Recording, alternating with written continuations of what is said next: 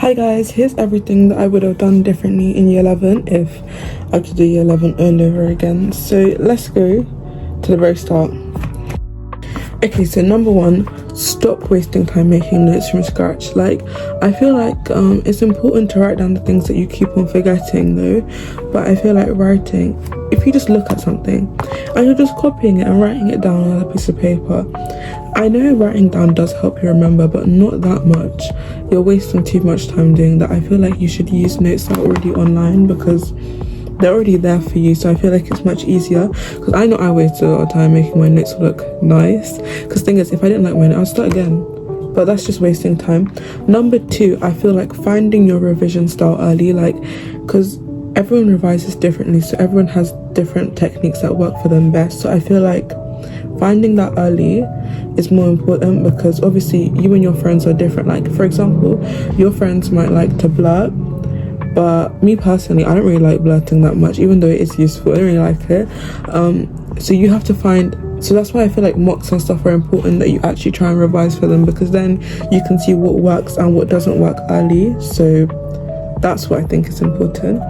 Also, I feel like mocks, they seem like such a big deal, especially in year 11, but I feel like it's also important, do not compare yourself to others, because like, especially with grades, because I feel like in some of the mocks, some people are getting like 9s, and I was just like, but they could have started all the way from year 9, they could have started from year 8, you don't know when they've started, so it's more important for you just to see your own progress. Yeah, it's more important for you to see your own progress. So for example, if you go from a 4 to a 6, in my opinion, that's more impressive than someone that just gets like maybe like an 8, an 8, an 8, because they're just being consistent, which obviously is good when you get to that stage, but you've had actual progress. So I feel like that's important. And I also feel like put the effort when you try and identify weak spots, and like you can do that really easily by, for example, if you did a past paper, you could just see the topics that you don't know. I'll start with those topics, and then, because I know I loved going over topics I already knew, but does that help? Nope, it doesn't. And then also, the thing is with past papers, everyone's just like, oh, just do as many past papers as possible. But I feel personally like, if you don't know the content, learn the content first. But obviously, it's okay for you to do maybe one past paper to see what part of the content you don't know, but I don't feel like you should just be doing past paper if you don't know the content. I feel like it's not as effective as if you do know it. But also, it's good to mark it. Like, there's no point in just like doing past papers if you're not going to mark it, even though it takes long, but then you can see what topics. So that's very important as well. And I feel like I would say use your teachers, but to be honest, they're not even that helpful. Like, most of the stuff I ask ChatGPT, that can give me the answer very quick and the way I want it. Like, I used a lot of ChatGPT for my studies, and I feel like it really helped. So I'd recommend, but do not be afraid to ask your teachers for help.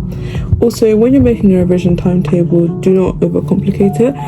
Like, don't put too much in it. Well, to be honest, like, I loved making them, but I didn't stick to them anyways, so, but it's good.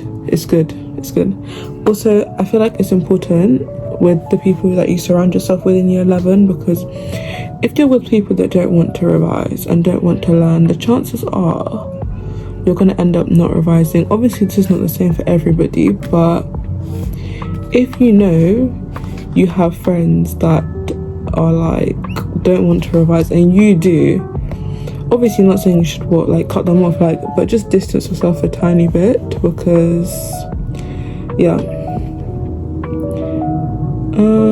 I need to check if that was it.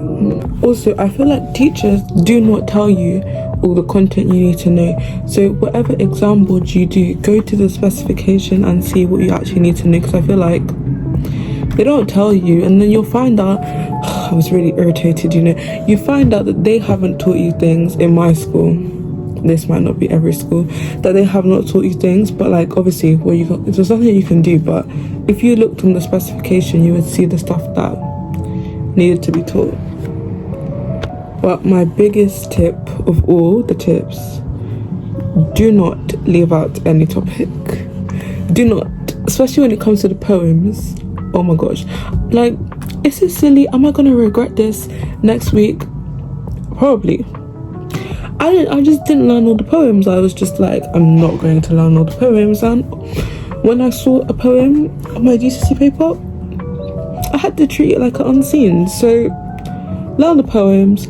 Do not say this content will not come up.